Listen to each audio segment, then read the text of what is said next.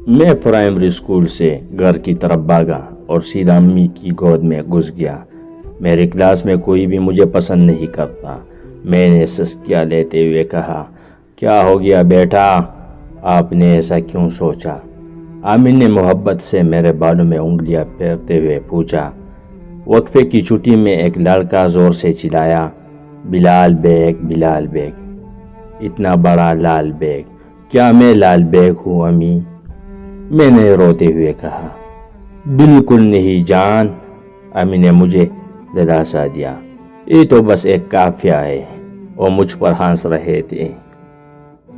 میں نے ناک منہ بنا کر کہا، ٹھیک ہے، میں ایک ترکیب بتاتی ہوں، تم بھی اس مذاق کا حصہ بن جاؤ گے۔ امی مسکرا کر بولی، او کیسے؟ کیک کے ذریعے۔ امی کی آنکھوں میں چمک تھی۔ کیک کے ذریعے؟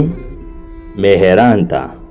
ہاں، بلال بیگ کا لال کیک ہم ابھی بناتے ہیں، اور جلد ہی ہمارا باورچی خانہ چاکلیٹ، ناریل، مکھن اور بادام کی خوشبو سے مہک رہا تھا۔ اور جب کیک لال ہو گیا تب امی نے اس کو جلدی سے نکال لیا۔ تمہارے کلاس میں کتنے بچے ہیں؟ امی نے سوال کیا۔ 23، میں جلدی سے بولا۔ تو پھر ہم اس کو 28 ٹکڑوں میں کاٹیں گے، ایک ایک ہر بچے کے لیے، ایک پرنسپل کے لیے اور 2 ہم دونوں کے لیے۔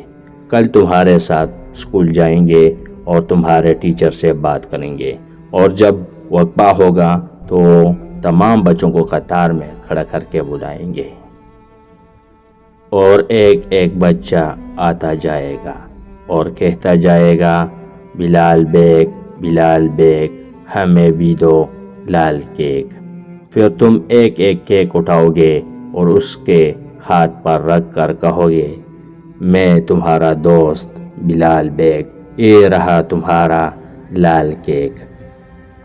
اور پھر اس سے اگلے دن ایسا ہی ہوا۔ تب سے سب بچے مجھے چھڑانا بھول گئے، اور میں اکثر یہ سنتا تھا، بلال بیگ، کب لاؤ گے لال کیک؟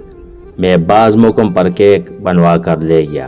اس طرح سے میرا مذاق اڑانے والے میرے دوست بن گئے۔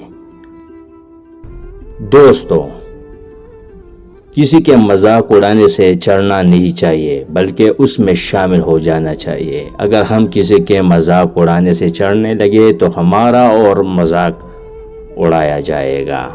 یہ کہانی ان دوستوں کے لیے ہے جو زیادہ تر مذاق میں تنگ آ جاتے ہیں، یعنی مذاق اڑانے والوں سے دور چلا جاتا ہے۔